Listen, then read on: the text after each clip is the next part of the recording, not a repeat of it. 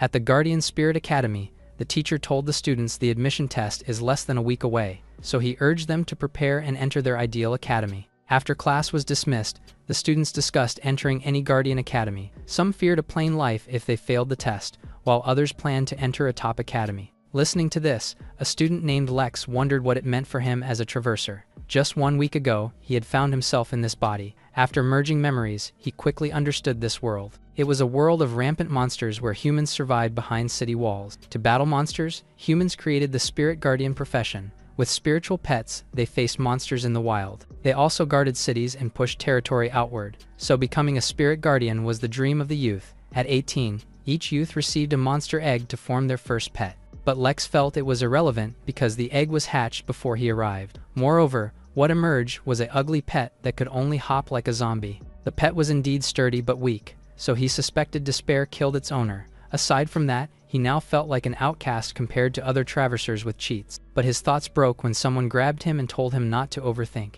He was also reminded that a simple office life was not bad. Yet Lex brushed off Chen's comfort, since Chen is lucky with his top-tier Wind Wolf. Unexpectedly, he was notified that his pet's growth unlocked the Guardian Spirit system. Lex was momentarily stunned by this, then quickly filled with excitement, since the long-awaited cheat had finally arrived. However, a voice calling his name snapped him to reality. He then saw Chen looking all worried, so he assured him he was fine. With that, Chen urged him to work hard and maybe enter a low-level academy. However, he responded that there was no need to worry, since with the system now, a low academy no longer satisfied him. But his remark made a student laugh instantly. The student named Luke then said Lex can't enter the academy with his zombie pet. Hearing this, Chen reminded Luke not to rely on his family to bully, but Lex stopped him. He stressed the Liu family's strength in Tian City made resistance unwise, so he advised him to hold back until he entered a top academy. As they left, Luke's group mocked them, and Luke boasted he'd take the advanced test. Later outside, Chen said he was off to train,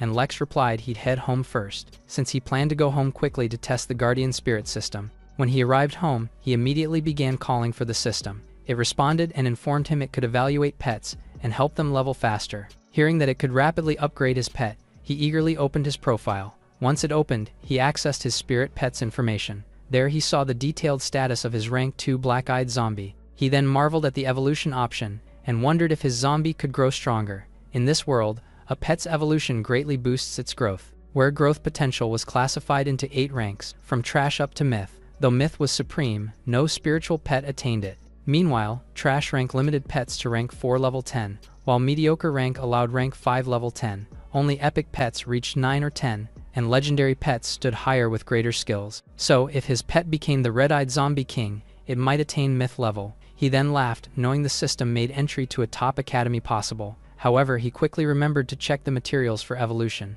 As he examined it, he saw the system offered novice benefits. The system allowed his pet's first evolution free and gave 2 attribute points. He then looked at his pet and chose to evolve it. The moment he selected the evolve option, the zombie began to transform before his eyes. He watched as it changed from a small creature into the form of a young woman. Seeing this, he wondered if the drastic transformation meant he'd made a mistake. But after a short while, the evolution was complete. His pet then called him master and asked him to take care of her. Following that, he watched as she stood steadily on the floor. He also marveled at her beauty and became curious about her abilities. So he checked her attributes, knowing she'd soon hunt monsters with him. Her status showed a white-eyed zombie with much stronger stats. He also felt excited to see her advance to common rank and learned a skill. He then checked her bloodlust skill that let her recover and grow stronger by fighting. And even with cooldowns, bloodlust and damage reduction made her a strong frontline. After learning her abilities, he asked the system how to get skill points and talent points. It then explained he had 2 free points that could enhance both his pet and himself. Upon learning that he could even improve his own skills, he was astonished. Since Spirit Guardians required long practice and the Academy offered only basics, such as Spiritual Chain, Shield, and Vision, while advanced powers demanded cultivation. But upgrading himself was impractical, so he gave the points to his zombie. After choosing, he saw talents like damage reduction, regeneration, and berserker, so he then could not help but marvel at how powerful they were. After some thought, he chose high-speed regeneration, believing a zombie should heal fast, and once applied, she could recover unless killed outright. Yet he also knew pets could suffer fatal wounds, so regeneration was vital. Next, he picked berserker with bloodlust, letting her recover and strike harder. As the enhancements took effect, she smiled faintly. Lex saw this and grew confident, knowing her power could become terrifying, so he did not hesitate anymore and added the Berserker. After finishing the upgrades, he realized he could no longer call her black-eyed zombie. He pinched her cheek and found her skin soft like a human. However, she blushed at his action and asked what he was doing. Startled by this, he apologized, knowing the word zombie might have upset her. He then decided to finally call her Chu and asked what she thought. In response, she nodded in agreement, so he quickly updated her profile name to Chu and she accepted. While doing so, he realized she now carried 4 skills. This made her stronger than equal pets, yet further growth required hunting monsters, so he finally decided that it was time to begin hunting. Lex's Federation was advanced, but used spiritual energy instead of fuel. This energy drove machinery, though vehicles were limited to city use, since monsters outside made travel perilous and driving alone fatal. Hence, cars dominated city travel while airships ensured safe intercity trips. Moreover, powerful guardians escorted airships, ensuring safety against most threats. The Alliance also used credit points as its only currency, like money in his past life. After paying the fare, Lex asked the driver to take him to the South Gate, but the driver still asked if he was from Tian's school, and warned the South Gate was dangerous, so he confirmed he was going out to hunt monsters. Tian City actually had 4 main gates, east, west, north, and south, where each is guarded by soldiers to prevent monster invasions. After some time, Lex reached the South Gate, certain he was not the same as before, but he was suddenly stopped by a guard and asked to present identification, so he quickly presented his card and was cleared to go after it. Once outside, he remembered there were weak monsters nearby, while beyond lay stronger foes, but he knew it was better to remain cautious, so he proceeded to summon Chu to his side. After that, he looked at the map, thankful he had studied the monsters around the gate. He then saw the burial mound where weak skeletons lingered and could collect evolution materials, so he signaled Chu for them to set off there. While on their way, Lex thought about Chu's evolution materials. At the same time, he checked her profile and was pleased she had reached common rank. But to evolve, she needed flawless bone, dark heart, crystals, and dark essence. And in this burial mound, there was a chance to obtain 2 of these materials. He checked the system and confirmed bones and crystals were in the area. Just then, Chu suddenly spoke, so he asked what was wrong and reminded her they had arrived. She replied that undead creatures were everywhere. He agreed at once since the place was known for undead, but he was puzzled as the map marked level 3 skeletons around, but the area was empty. At that moment, a bony hand reached from the ground and grabbed his foot. Soon after, more skeletons began emerging and reaching after him, so he immediately ordered Chu to deal with them. But the system suddenly issued a new mission. He was tasked to eliminate 20 skeletons with a reward of 50% pet experience. He was taken aback by the generous reward, and quickly commanded Chu to attack with her sharp claws. With precise movements, she quickly strikes one of the skeletons, and she soon eliminated all the skeletons surrounding him. Shortly after, the system notified him that she had defeated 4 skeletons, so Lex figured he didn't need to hesitate if she's this strong. At that moment, more skeletons rushed toward them. Hence, he immediately gave another order, and Chu responded by leaping forward. She launched herself into the air as she unleashed a series of attacks. As he watched, Lex recalled her claws carried corpse poison, but it had little effect on skeletons. Yet Chu still managed to crush the skeletons with ease, as they were far below her level. His mission then advanced quickly with 6 skeletons down in 6 minutes. However, they soon noticed another skeleton rising nearby. Both of them were slightly taken aback, as more skeletons began emerging and rushing toward them. Chu coldly raised her hands once again, and with a swift strike, she eliminated 3 of them at once. Not long after, Lex's mission ended, and he gained experience points for Chu's level up. The moment he activated the upgrade, her body glowed faintly as her level increased. He then checked her stats and was surprised she had gained 1 level. The system also informed him she reached level 3, and he gained 1 free point. Knowing that strengthening her is a priority, he decided to invest the point in her. Without delay, he improved her defense against magic. Afterward, he told her the map showed elite skeletons nearby and they would search. Upon hearing this, she responded with a smile. Later, deep within the forest, Lex stopped when he spotted a figure nearby. Upon closer inspection, he confirmed that it was a skeleton soldier. Unlike the others, it carried a sword and looked more fearsome. As he observed the skeleton further, he noticed another person nearby. It was a girl standing there with a calm expression, so he instinctively chose to hide and watch the situation unfold. The skeleton soldier charged forward, but the girl showed no concern and Lex realized it was actually Jane. He continued watching and noticed that she was waiting for the skeleton to approach. However, what puzzled him was that her spirit pet was nowhere in sight. Just as he tried to understand it, something appeared above him. At that moment, Jane summoned her earth dragon. As soon as she spoke, A rare earth dragon appeared behind her. She then raised her hand and ordered it to deal with the enemy. In an instant, the dragon surged forward and confronted the skeleton soldier head-on. With a single flick of its tail, the skeleton's body was quickly broken off. Soon, its body quickly fell into the ground. Lex, on the other hand, watched the scene in astonishment. Yet the dragon did not stop there, and it let out a loud growl. Its fierce gaze locked onto the skeleton and raised its claws towards it. The skeleton sensed the danger and could only look up. Soon, the dragon's claw slammed down. Then a faint purple mist began to rise from the broken body. Jane calmly took out a vial and guided the mist into it. Lex saw the soul fire appeared, and Jane's prepared vial confirmed her family's power. On the other side, Jane gently patted her dragon and praised it. Then she turned around and called out for Lex to come out from hiding. Hearing this, Lex confirmed she was really the talented Huo heir who's already at 7th level. So he finally stepped out and was asked who he was and why he hid. Lex tried to claim he was only passing when Jane surprised him by calling him by his name. She then explained she had heard of him whose first spirit was a zombie that could not evolve. Lex stayed silent, but she continued to ask what he was doing alone in the burial mound. He then replied curtly that it was none of her business. The dragon, hearing his tone, became visibly irritated. It suddenly approached them, causing both of them to glance at it in confusion. In the next moment, it directed its hostility toward Lex, which startled him. Jane laughed lightly at the reaction,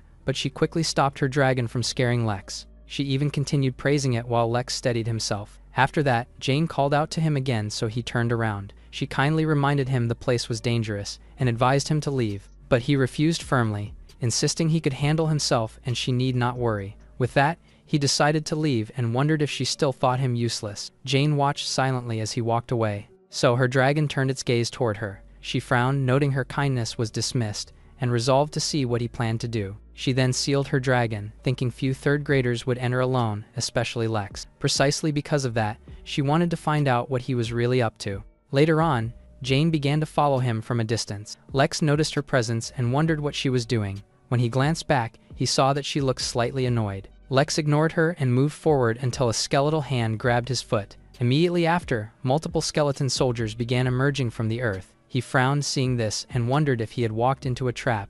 After all, such a large number of skeletons appearing at once was weird. Jane also saw him in trouble as 3 skeleton officers and soldiers surrounded him. At that moment, one of the skeleton officers charged forward and swung its sword at Lex. Facing the incoming attack, he quickly raised his hand and summoned his spiritual pet. A magic circle formed beneath him as he called Chu. Chu quickly emerged from it and positioned herself directly in front of him. Jane, who was surprised, saw her and thought Chu might be mutated or evolved. Meanwhile, on Lex's command, Chu immediately rushed forward. Her claws were aimed at the skeleton officer. The officer reacted quickly and raised its shield, causing her strike to collide against it. However, just as the impact landed, Chu suddenly vanished. In the next instant, she reappeared behind the officer without it noticing. With a swift motion, she drove her claws straight into its skull, then sent its head rolling across the ground. Yet she remained calm and unmoved. Witnessing this, Jane thought this zombie's power was unnatural. On the other side, Lex said to himself the true fight was yet to come,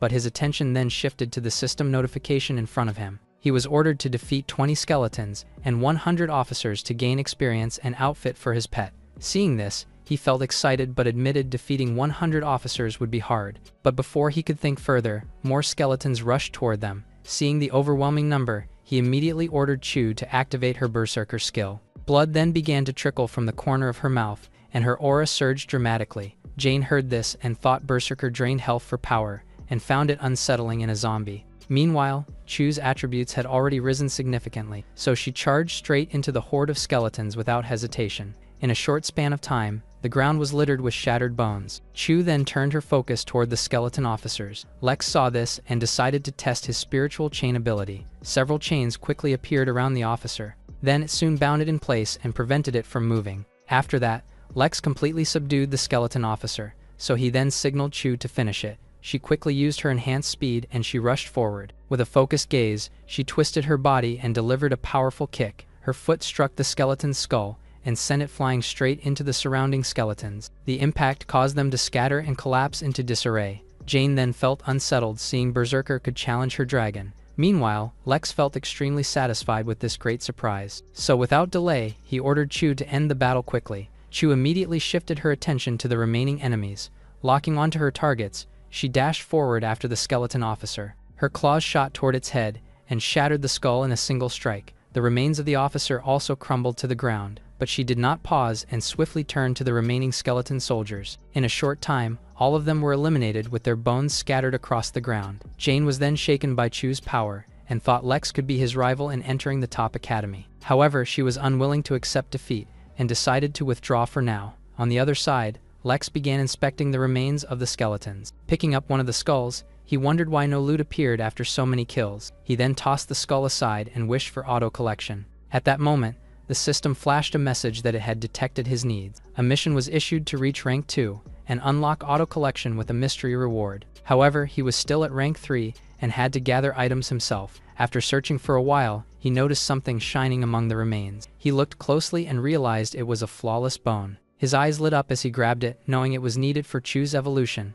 Then he stored it and admitted the first material was simple to obtain. After that, he checked the system and saw flawless bone and darkness crystal were in the burial mound. So he told Chu to keep searching, as many targets remained, and she agreed. A few hours later, she continued fighting against more skeleton soldiers. However, the prolonged battle had clearly exhausted her. Seizing the opportunity, a skeleton officer charged toward her with its sword raised. But before the enemies could reach her, her body was suddenly enveloped in a red aura. The energy intensified, and she vanished from sight. An instant later, she appeared overhead them and brought her clasped hands down. The impact sent the skeleton's skull flying as it was crushed in a single blow. Once the battle ended, Lex casually stepped on a skull, but his attention quickly shifted to the system notification. He was told he earned 50% experience and Chu's special attire. He then saw Chu's experience at 80%, an almost unheard of speed. In addition, he gained an outfit offering strong defense and automatic cleaning. So he summoned Chu, whose clothes were ripped in the fight.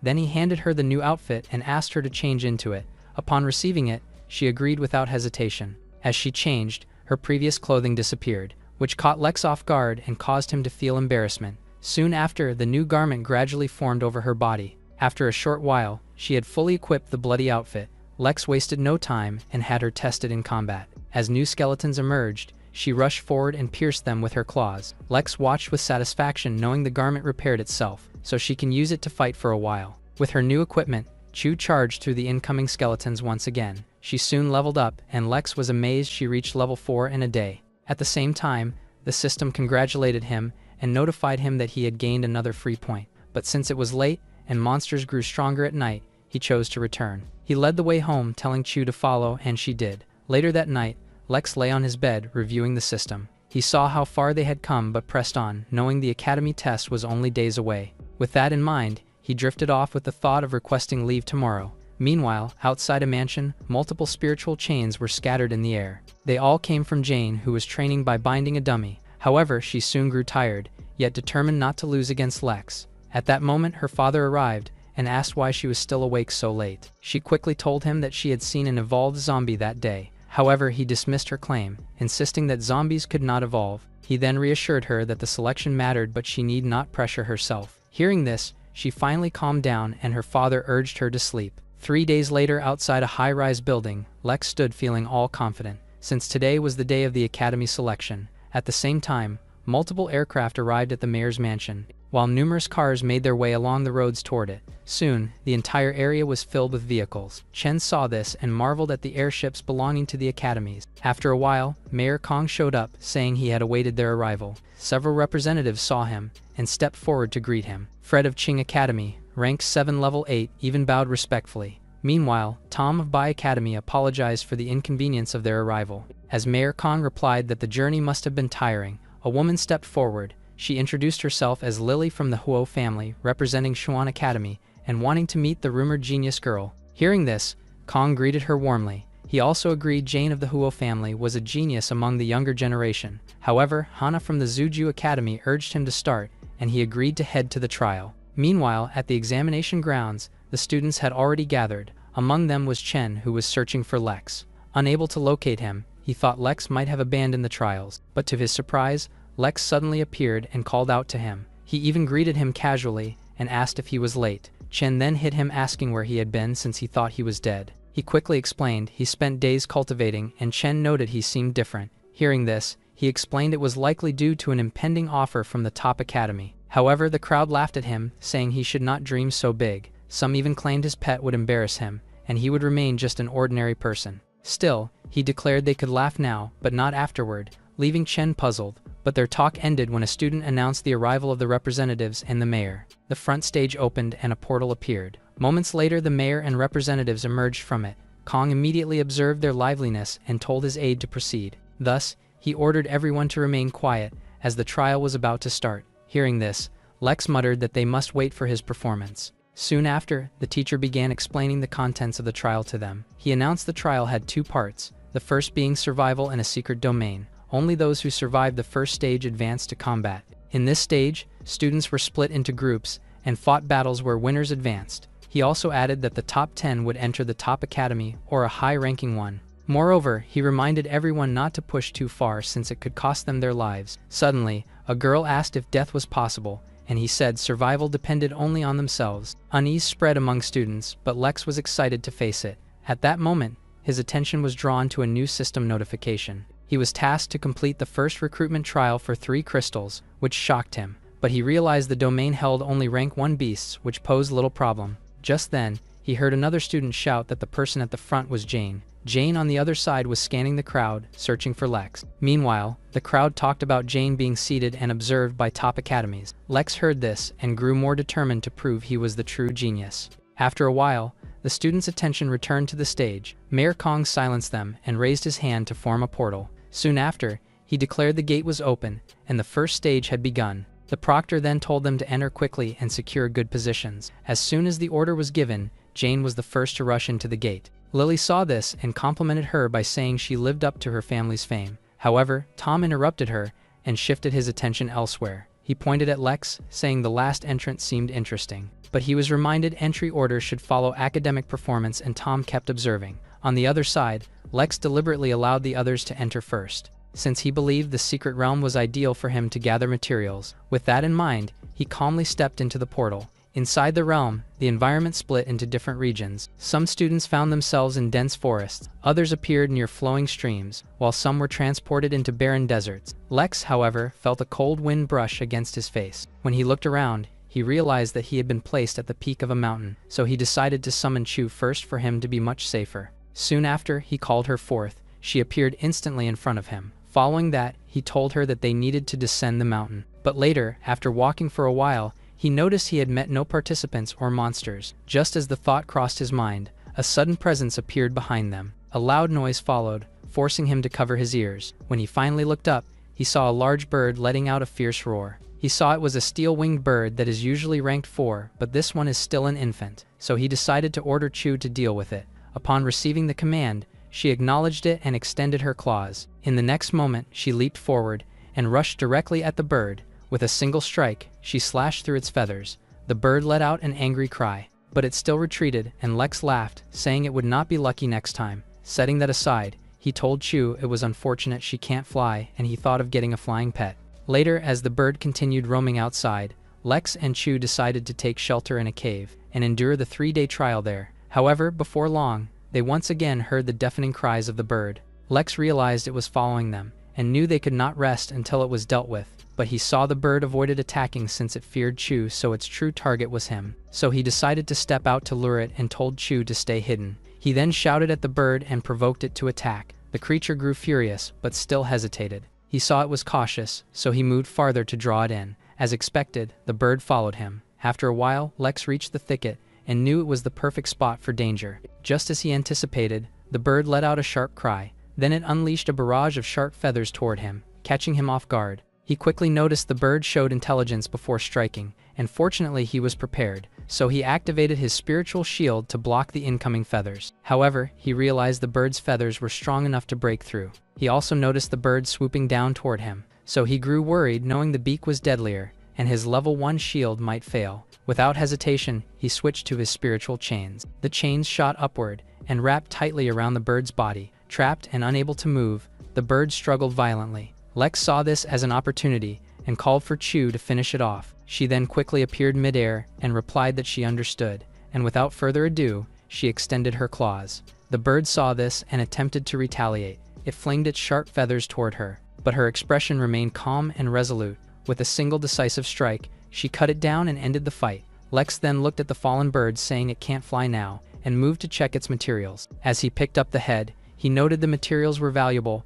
but not needed now, including its feathers, talons, and beak, so he needs to level up to the second stage first. Setting that aside, he told Chu the neck meat was a delicacy, and they could have a good meal. So, as they returned to the cave, he questioned if zombies preferred raw or cooked food, but Chu did not understand. Back in the arena, many observers had witnessed the battle between Lex and the bird. Lily was among them and was impressed that he defeated the creature so easily. Tom also praised Lex's youthful strength, and Fred mentioned Lex's humanoid spirit pet. But while Hana said her academy only took girls, the mayor's aide arrived with information. Kong casually took a sip of his drink as he reviewed Lex's background. Not long after, his eyes widened in shock, and he even coughed as he processed what he had discovered. Lily, who had also examined Chu's profile, was surprised to learn that she was actually a zombie. Hearing this, the others looked at the information in disbelief. Tom then thought Lex's zombie had evolved, but Hana said zombies could not evolve. Even so, he found the situation intriguing. So he turned back to the monitor saying everything will be revealed if they recruited Lex. Back in the secret realm, a large python coiled itself around a rock pillar.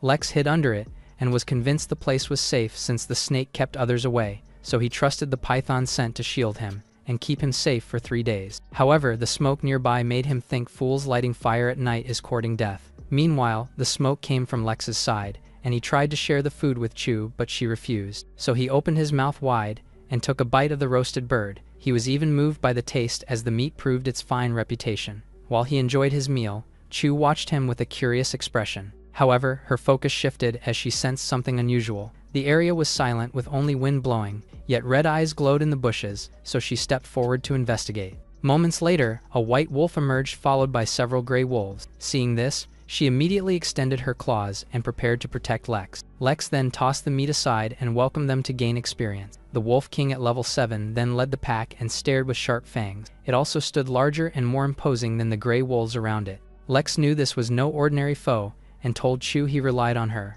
At that moment, the Wolf King growled and the pack quickly charged. Chu on the other side stood ready, with her claws flashing. With swift movements, she cut through the gray wolves that rushed at her. However, another wolf suddenly appeared behind her, so she struck it away with a powerful kick. At the same time, the Wolf King made its move and targeted Lex directly. Its speed was astonishing as it leaped toward him. Startled by this, Lex instinctively called for Chu. Chu reacted instantly by turning back. She stopped the attack and caught the Wolf King's jaws with her bare hands. However, the remaining wolves pressed forward too, so she was forced to throw the Wolf King aside first. Then she unleashed slashes at the gray wolves and the Wolf King. As a result, the Wolf King was forced to distance itself from her. After all, it's now wounded with its right eye scratched by her attack. Lex witnessed all of this and praised Chu, while recognizing her higher level of 9. Just then, the Wolf King began to let out a frenzied roar. Its expression turned ferocious, and its eyes shifted to a deep red. Without hesitation, it rushed toward them at top speed. However, Chu managed to leap away before it could strike her.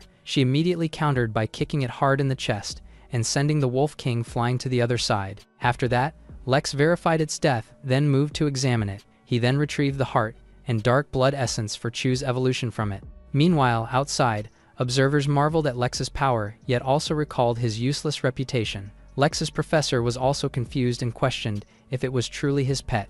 After a while, the portal gate opened and released a participant who called for help. Kong saw that he was injured and ordered the medical staff to come. Yet, as the student was carried away, he pleaded for another chance to continue participating. The teacher then sighed, knowing these dangerous trials often reduce students to ordinary lives. So he glanced at the monitor, knowing one more minute would give them another chance. Meanwhile, Fred raised his hand, wanting Lex, but Tom said he found him first. Yet their attention shifted to Lily, who began to speak. She remarked it was surprising, and that Lex's pet was powerful. Fred also admitted Chu had power, yet Kong told them to stay calm until the test ended. Hence, he urged them to continue observing the situation inside the realm. Back in the cave, Lex knew the Wolf King's blood would draw monsters, so he and Chu left. Just then, Chu suddenly informed him that something was wrong. Lex noticed her turning around and quickly asked what had happened. Nearby, they saw a participant running away from a python. The python was extremely fast at level 9, and Luke could only curse as he fled. Due to this, Lex soon recognized that the person running was Luke. Meanwhile, Luke grew frustrated knowing his snoring had awakened the python. But before he could say more, the python's gaze grew savage. It also began to unleash venomous liquid toward him, forcing him to shout desperately for help. In his panic, he tripped and fell to the ground, while continuing to call out. At that moment, he spotted Lex nearby and was surprised he was still alive. However, he saw Lex's arrival as perfect since he planned to drag him down too, so he ran again, drawing the python toward Lex. Lex saw this and began to wonder if Luke had lost his mind. Suddenly, Luke leapt forward with the python behind and shouting, "Lex must die." Before being devoured, he triggered the portal saying Lex would not escape hardship too. The python's jaws then slammed into the ground due to this. At the same time, another portal appeared in the venue outside. Luke emerged from it and fell heavily onto the ground. A teacher approached him and urged him to have his severed arm treated, but he refused and shouted for the teacher to leave him. A menacing smile even spread across his face as he vowed to stay and watch. He then turned his gaze to the monitor, cursing Lex and eagerly anticipating his death. Meanwhile, at the stage, Hana looked at the python asking if Lex could defeat it. Fred quickly argued Lex had no chance since the python is at level 9. Unexpectedly, Tom proposed making a bet and offered 50,000 federal points, where he confidently said that Lex would win. Fred accepted the same wager but bet that Lex would run away. Hana also agreed retreating was wiser and placed her bet. After her, Tom turned to Lily and asked for her bet, so she calmly replied that Lex would be killed. The others then laughed, calling her cunning, then asked the mayor for his wager, but he refused. Back in the realm, the python made Lex understand he's at a disadvantage even with Chu. He also knew his level 1 spiritual skills were useless against such a monster. To boost his chances, he upgraded his spiritual skill through the system. He then saw the level 2 chain demanded twice the energy and lasted 3 full activations. So, while the python releases poison, he prepares to strike at the perfect moment. He also began running to avoid the poison and reminded Chu to stay alert. Still, she decided to charge toward the python, but it easily evaded her attacks. Lex was surprised and warned her to be careful of the corrosive poison. At that moment, the python released its venom toward her, so she was forced to step back quickly to avoid it. To their surprise, it also began releasing poisonous gas. Lex realized the danger and raised his hand to finish it quickly. His spiritual chain then appeared and wrapped around the python. After restraining it, he called out to Chu to have her finish it off. She quickly rushed forward without hesitation and delivered a precise strike that hit the python directly in the head. The chain tightened further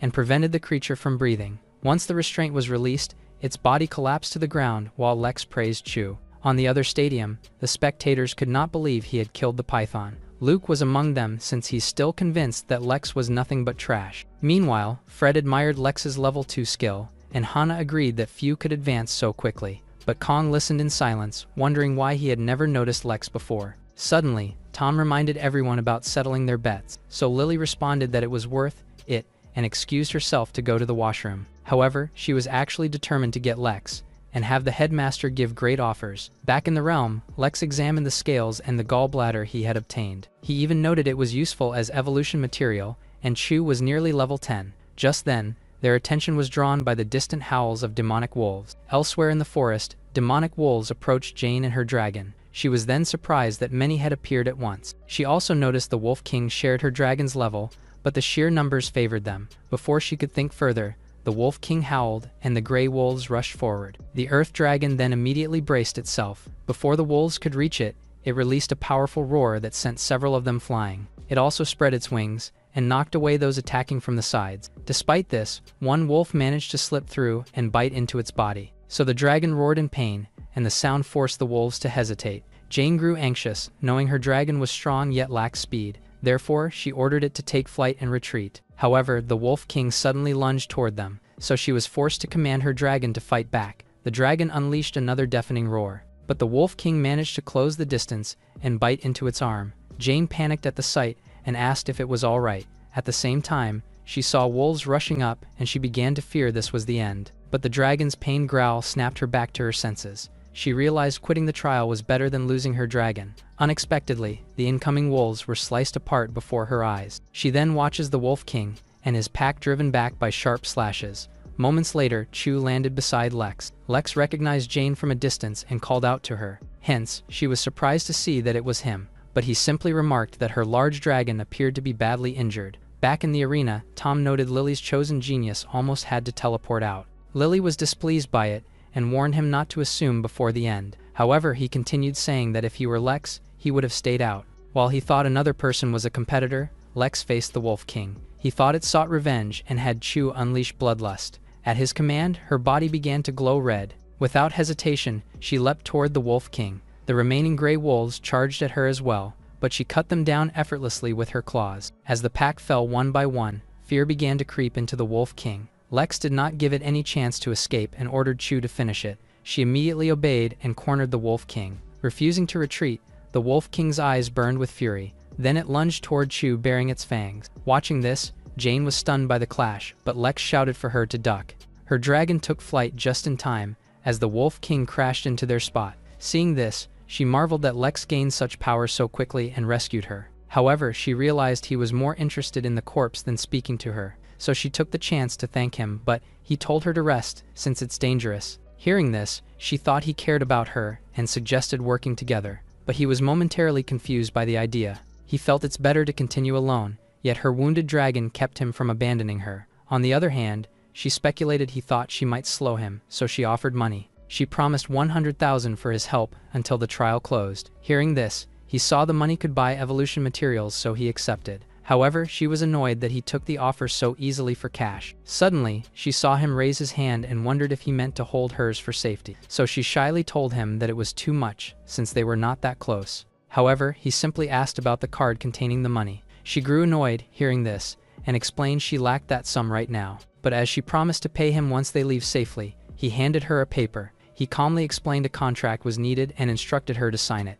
She quickly snapped, hearing this, and questioned if he truly had to go that far. However, he stayed expressionless, and asked if she would sign, so she had no other choice but to sign the document. Then she handed it back to him, asking if he was satisfied. He accepted it and assured her she could relax as he would keep her safe. After all, she was worth 100,000, but his words irritated her. Yet he showed no concern, and took materials from the corpse before finding safer place. Back in the arena, everyone watched the scene unfold. Lily even said luck favored the Huo daughter, while Tom noted Jane was fortunate to have Lex. Fred also said he had not foreseen Lex's power, and Hannah agreed his pet is powerful. After hearing them, Kong remarked that 4 of them now targeted Lex. Hannah confirmed this and said the principal already approved. Lily then teased Hannah for matchmaking Lex into the female academy, yet Hannah said it was fair. Suddenly, Fred wondered why Lex needed money, and Kong said it was from his poor rank and background. Hearing that he lacked both status and rank, the others were visibly surprised. Meanwhile, back in the realm, Lex dozed off while Jane rested nearby, but she broke the silence by asking when he became so powerful. She leaned in closer, saying she could not sleep, and they should talk now, but he refused. So she offered to pay him 5,000 credits just to have a conversation. He then asked if she was serious, and when she confirmed, he asked what she wanted. So she asked how he became so strong, and why his pet was unlike a zombie. In response, he explained Chu was a mutated zombie, since he could not show his system. Jane studied Chu, and said she was beautiful for a mutated zombie. After that, she asked if he had chosen an academy given his high chance of acceptance. He replied he had not decided, and could choose an academy with pretty girls. Hearing this, she looked at him in disbelief. She then called him a playboy, and he responded that was not kind. Setting that aside, he said they could move, but she wondered why not wait for the trial to end. He explained it was the perfect time to hunt and level up, so he told Chu to follow. Jane thought he was a maniac, but staying with him was safest. As they continued forward,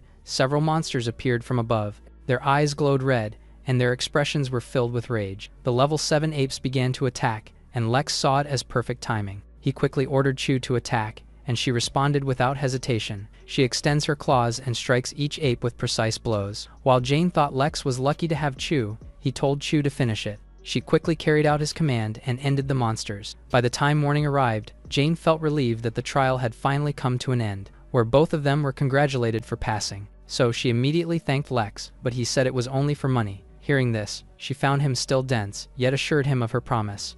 After confirming it, he opened a portal and said he must prepare for tomorrow. Back in the arena, about 82 passed and celebrated, while the rest left grieving. After a while, Lex came out and saw Chen, whom he quickly congratulated. Chen was also relieved he was safe, and reassured him failure was fine. But to his surprise, Lex showed him his pass card that confirms his success. However, their exchange was cut short when Kong congratulated the passers. The others nearby assumed that Kong had come for Shane, the genius of their academy. Shane from the Lee family even came up and greeted the mayor. So Kong told him to rest and send regards to his father, which Shane acknowledged. Afterward, Kong turned to Lex to confirm if it was him, and Lex said yes. Chen and Lex then listened as he told him to rest and prepare. Once Kong left, Chen asked if Lex knew the mayor, but he said no. Setting that aside, he told Chen to treat his wounds while he went to rest.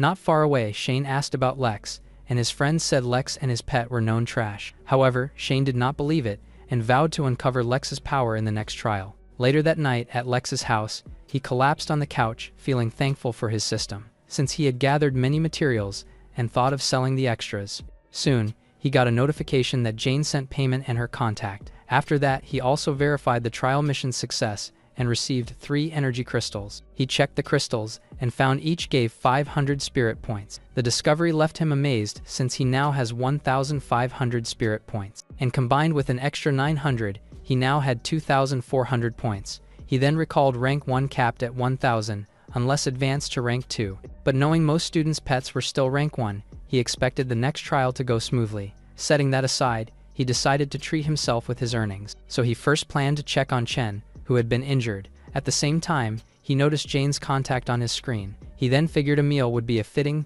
thank you for her generosity. At that moment, Jane was in the bathtub when her watch received a call. She quickly answered and asked who it was. Hearing it was Lex, she listened as he invited her to dinner with his friend. In excitement, she asked for the agreed location and wanted to say more, but the call dropped, so she felt annoyed that he had the audacity to hang up on her. Later, outside the restaurant, Chen questioned the spot, so Lex said they will be celebrating. He also said another would join, but Chen knew he had no other friends, so he gestured for Chen to look toward the incoming car. Before long, it stopped right in front of them. Then Jane stepped out and greeted Lex. Chen was flustered upon realizing who it was, while Lex calmly greeted her. After that, he introduced Chen to Jane, even though Chen already knew her. So Chen greeted her kindly, and she answered while Lex suggested they enter. Before entering, Jane was even welcomed by the restaurant management. Soon after, they were led to a private room with many dishes. Chen was amazed by it, and Lex told him to relax since it was his treat thanks to Jane. Yet she brushed it aside, saying she was happy to be his friend.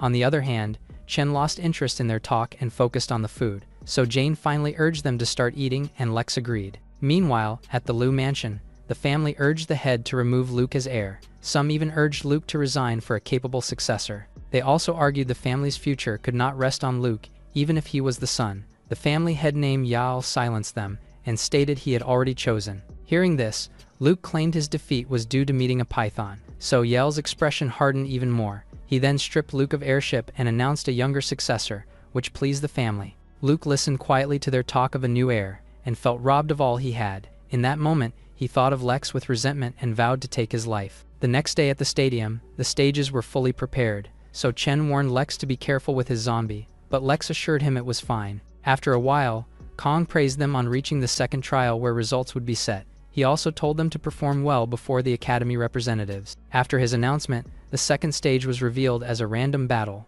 where defeat meant giving up, falling off the stage, or failing. Lex then grasped that killing was prohibited, but permanent disabilities were accepted in the trial. Before he could think more, Kong announced the start of the battle. A screen soon showed the ring assignments, and Lex was picked first. At that moment, his attention shifted to a notification from his system. He got 6 missions with EXP for each win, and rewards for top ranks. But his thoughts were interrupted when he was called to enter Ring 4. He then apologized to the referee, and was reminded to mind the time. Moving forward, he faced his opponent Carl without knowing his abilities. Carl, however, appeared smug, glaring at him with confidence. Without further ado, he summoned his spirit pet Unirose. So Lex responded by summoning Chu, who swiftly appeared behind him. Her beauty quickly captivated the audience, who doubted her spirit pet status. But they saw her imprint that proved she was a spirit pet, which sparked envy for such beauty. Lily then pointed out Lex's pet drew all eyes, and Hana agreed that it made others envious. Back on the stage, Carl stared at Lex with a hint of unfamiliarity. Thinking that he was just another useless contender, he ordered his Uniros to get rid of Chu.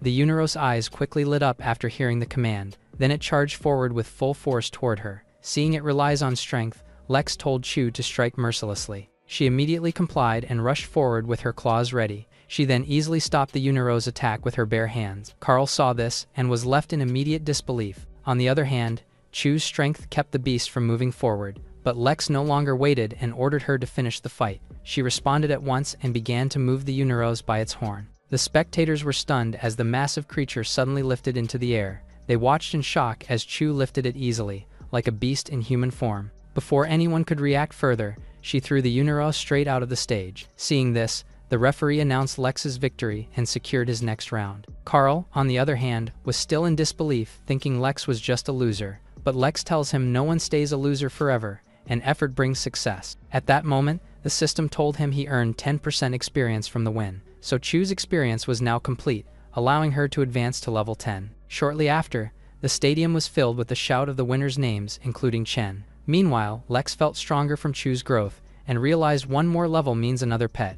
But his thoughts were interrupted when Chen called out to him. He was then shocked by his bruises, but he assured him the next fight might be easier. When the first round ended, Kong noted the clan's juniors were impressive. Lily heard this and explained realm visits shape clan growth, to which Hana agreed. Afterward, the second round for the top 21 was announced with match lineups. As the list appeared, Lex told Chen to relax, so Chen urged him to excel as a dark horse. Lex stood up smiling after hearing this, yet also noted Hans of the Feng clan was no easy foe. Later on the stage, Hans admitted Lex did well, but he told him to give up to avoid injury. Hence, Lex calmly replied it was too soon to judge. Meanwhile, among the audience, a man felt relieved with the match pairing. He's the Feng patriarch, and he felt Hans was lucky to avoid the great clans. Back on the stage, Hans raised his hand to summon his spirit pet. A green bird appeared instantly with a simple motion. Then he mounted it and shouted that Lex stood no chance against him. Seeing this, Lex ordered Chu to strike the flying pet when possible, and she agreed. At that moment, Hans directed his bird to launch a barrage of feathers toward him. Lex then erected his shield, and was aware he targeted him directly for an easier win. His swift move amazed the spectators, but the Feng patriarch still believed his son would win. Back on the stage, Lex ordered Chu to activate her blood fog. In an instant, a dense fog spread out from her position. It quickly spread and rose to Hans's height. So, Hans commanded his bird to charge forward and disperse the fog. However, Lex smiled knowing he had fallen into his trap. In the next moment, Hans and his bird found themselves bound tightly by chains. Chu also appeared behind him, which caught him completely off guard. Her attack caused the bird to let out a pained cry as it struggled to escape. However, Lex gripped the chain and declared it couldn't break his level 2 chains. After it, he pulled with force and slammed the bird out of the stage. The Feng patriarch who witnessed this then called out to his son in alarm. Nevertheless, Lex was declared winner after Hans's pet went out of bounds. At the same time, Lex happily gained more experience, and Chu rose again. As they left the stage, the crowd continued to admire Lex and called him a dark horse. The Academy representatives also expressed their approval of his courage. Tom said Lex's rank made the fight dangerous and timing crucial, though Lily disagreed. She believed Lex's strategy was deliberate, and his chain is meant for flying foes. After some time, the referee declared 20 winners, and said the next lineup was coming. Lex advanced smoothly, and saw his next opponent no threat without a flying pet. After a while, Lex stepped onto the stage once again. Yumi of the Yun clan also arrived fully prepared. Without delay, she summoned her frozen bear, and an enormous grizzly appeared behind her. The crowd quickly marveled at the rare ice-type pet, but Lex ignored them and proceeded to summon Chu. With both spirit pets present, the referee signaled the start of the battle. Yumi acted first by commanding her bear to crush Chu. Despite this, Lex remained confident and entrusted everything to Chu. In an instant, she leaped away from her position, causing the charging bear to miss its target. Yumi realized that Chu was too fast, so she ordered her bear to freeze her. The bear quickly exhaled a stream of freezing air. Lex was then amazed that the rare pet had mastered elemental force. Even so, Chu managed to evade the attack with ease. So Yumi responded by ordering her bear to adjust its attack strength. The bear then unleashed a massive wave of ice. It surged forward and nearly reached Lex's position. However, Lex had already anticipated this move. Just before the wave reached him, he raised his hand. Then he formed a spiritual shield to block the freezing assault. But a sudden crack surprised him that the shield had insufficient strength. At that moment, Chu moved swiftly above the bear. She extended her claws toward its face and struck with immense force. The audience quickly became excited after she suppressed the bear easily. Yumi was equally astonished by Lex's pet's overwhelming strength. Despite this, she refused to retreat and began summoning her spiritual chain. She extended it in an attempt to bind Chu. Believing she had finally gained control, she ordered her bear to attack. However, she soon realized something was wrong. She saw Chu remained unmoved, and she struggled to pull her. Lex then pointed out that her spiritual power was insufficient to control Chu. With that being said, he gave Chu the command to end the battle. Chu then immediately shifted her focus to the enraged bear. Once again, she reached for its head, and with overwhelming strength, she hurled it high into the air. Yumi could only watch in shock as her bear was sent flying. The audience was equally stunned by the sheer power on display. Moments later, the bear fell out of the stage, and Lex was declared the winner. The patriarch was shaken by Yumi's loss, yet he was told she had performed admirably. A fellow patriarch agreed, adding their junior would have suffered worse against that spirit. Back on the stage, Yumi approached Lex, expressing surprise at losing so easily. But she still raised her hand and expressed anticipation for his next performance. Lex also recognized her skill and was certain she could enter a top academy. After hearing this, she left feeling appreciative of his words. Just then, he found he gained EXP and strength enhancement for reaching the top 10. The enhancement finished instantly, erasing his pain and fatigue. Not long after the referee announced the upcoming semifinals and matchups. With the lineup set, they proceeded to their stages. Lex found his opponent was Yudo, who's powerful yet manageable. Later on the stage, Yudo arrived with a confident presence. He hesitated no longer and raised his hand to summon his pet. In an instant, an undead warrior clad in armor appeared. Lex was astonished that Yudo's spirit was of the necromancy type too, so he then called for Chu to step forward and face her opponent. With their spirit pets already summoned, the referee signaled them to start. Yuto's warrior charged forward, wielding its enormous sword. Lex quickly recognized the opponent's intent to fight up close, so he instructed Chu to focus on Yuto, knowing his defeat meant they would win. At once, she dashed ahead to face the warrior. Meanwhile, Yuto positioned himself behind his pet.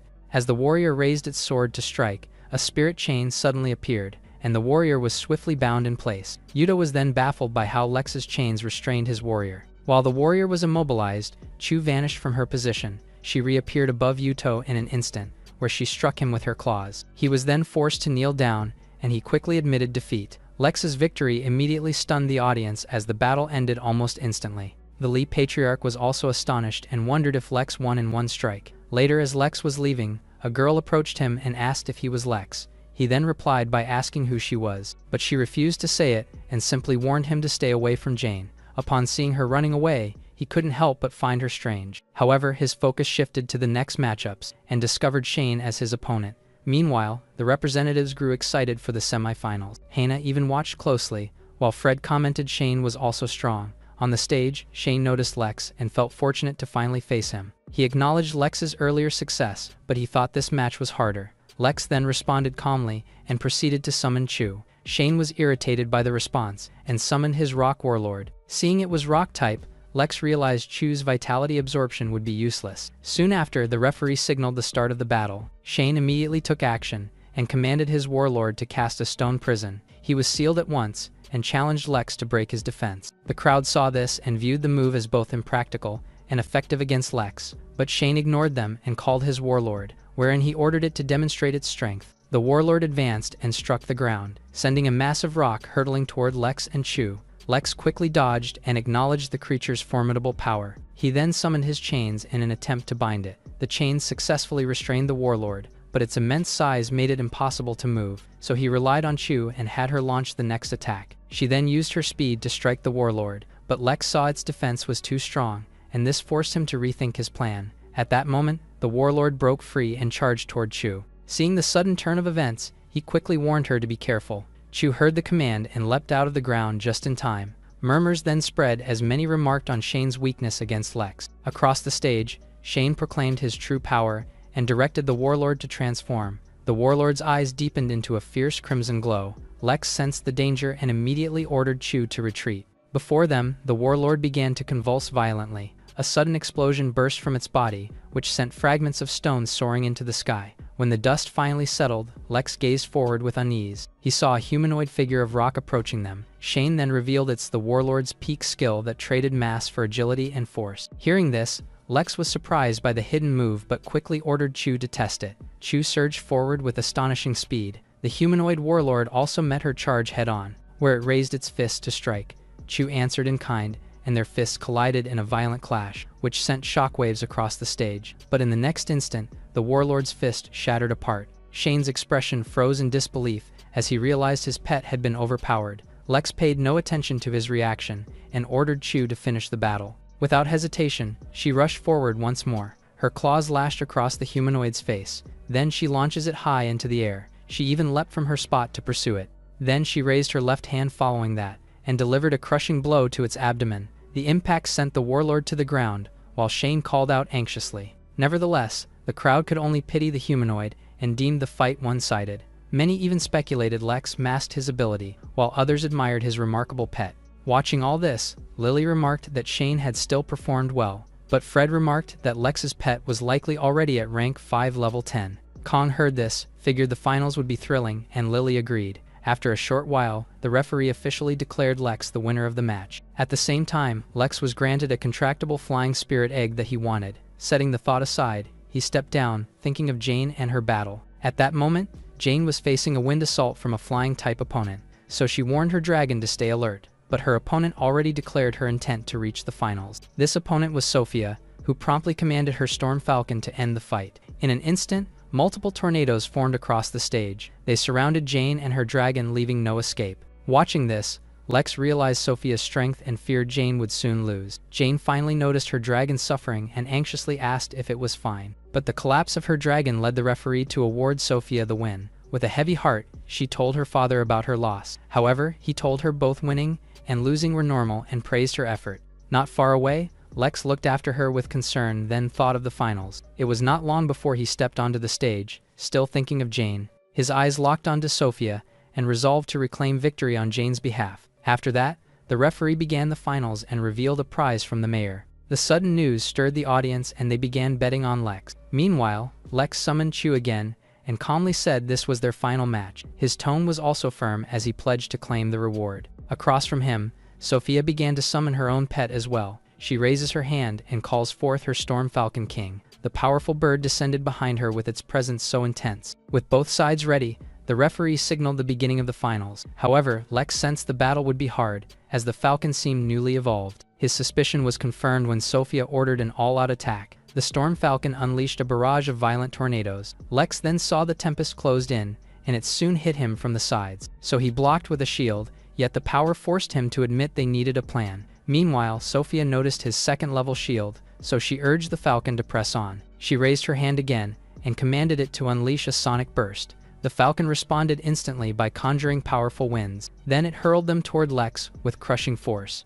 The representatives saw this, and thought the Falcon's evolution raised the battle's intensity. So Hana wondered if the Falcon would win, but Tom was unsure, since he figured that Sophia seemed a bit too impatient. At that moment, Lex entrusted the fight to Chu, and she responded instantly. Suddenly, smoke filled the stage and blocked all view as she moved. Then, just as quickly as it had appeared, the smoke began to dissipate. But what was revealed left Sophia stunned. The crowd who was watching were also left surprised. After all, they saw that Chu had already moved behind Sophia. Sophia's eyes then widened in disbelief as she felt Chu's claws resting at her neck. In that instant, it became clear that Chu dodged the blast and went straight for her. But with no way to resist, she slowly fell and conceded. Mayor Kong then rose, applauding the battle's remarkable end. He commended Chu's skill in dodging the attack and targeting Sophia. Lily also agreed and hoped to get Lex, but Hana warned her. Fred overheard them and said that Lex was also essential for their academy. After that, Kong announced the test's end and named Sophia runner-up and Lex the victor. Lex, who heard this, finally let out a quiet breath of relief. Meanwhile, the crowd marveled that someone outside a clan had claimed the title. As the discussions continued, Jane approached him. She congratulated Lex, who thanked her and asked which academy she would choose. However, she turned the question back to him. Before Lex could reply, Kong called for everyone to applaud for his victory. So his attention immediately shifted back to the stage. His professor even praised his success, while Chen openly confessed his surprise. Amid the commotion, the system issued him the rebirth skill that restored his pet from near death. Lex found the talent intriguing but figured it didn't fit Chu. However, Chen suddenly slapped him and pushed him to look forward. He then raised his gaze to see a screen listing those selected by the top academies. A wave of astonishment swept the crowd as Lex topped all 4 lists, even Zuju academies. So they buzzed with talk of how such a feat might never happen again. Some students also envied him and wished for Zuju if they had the choice. Meanwhile, Lex stared at the interface, silently weighing his options. Yet before he could begin to decide, a voice called out to him. Fred then promised him 5-fold resources and thrice yearly realm entry if he joined Qing. The audience heard this and immediately cheered at such lavish terms. However, Tom interrupted and urged Lex not to make a hasty decision. He then pledged 8% resources and 5 annual realm entries, which sparked Fred's objection. Before their argument could escalate, Lily raised her offer 5 times. She declared Zhuan Academy promised 10% and 5 realm entries yearly. She also added that Jane was at Xuan, so they'd remain classmates. But her words left Lex momentarily baffled by Jane's unexpected inclusion. Jane herself was also startled and confused about being mentioned. Just as the tension continued to build, Hana stepped forward. She declared Zuju promised 15% and monthly realm access. On top of that, she announced he'd be the first male since the academy's founding. Her remark quickly sparked envy since it's a female guardian academy with lavish rewards. Lex was also tempted, knowing 12 realm entries a year would speed his growth, so after a brief moment of consideration, he chose Zuju Academy. Once Lex's choice was confirmed, envy deepened as others lamented their lost chance. On the other hand, Chen enthusiastically honored Lex as the Academy's first male ever. But their conversation ended when Hannah approached congratulating Lex. She also looked at him and assured him that he had made the right choice. After that, she told Lex to prepare in a day for the Academy's airship and he agreed. She then finally left while also assuring him he'd never regret his choice. Not long after, Teacher Liam informed Lex of the mayor's summons and he accepted. Later, inside the office, Kong was pleased that Lex had lived up to his hopes. As a prize, he gave him 300,000 credits and rare evolution material. Lex gratefully accepted it and vowed not to shame the Academy. But when he opened the box, he found that it was an immortal bone. He paused in awe at the high-level undead material, which is crucial for Chu's future evolution. So he told Kong it was too rare, yet Kong said he no longer needed it. He also believed entrusting it to him would one day bring glory back to the Academy. Lex then finally accepted it, so Kong dismissed him to rest. After he left, the secretary doubted the decision, but Kong insisted Lex's potential made it right. Later outside, Chen and Lex spoke of growing stronger, until Jane called out to Lex. She approached, smiling, and congratulated him on entering Zuju. Chen heard this and excused himself to leave them alone. Once he was gone, Lex congratulated Jane on Joan Academy and she acknowledged it, but she felt somewhat resentful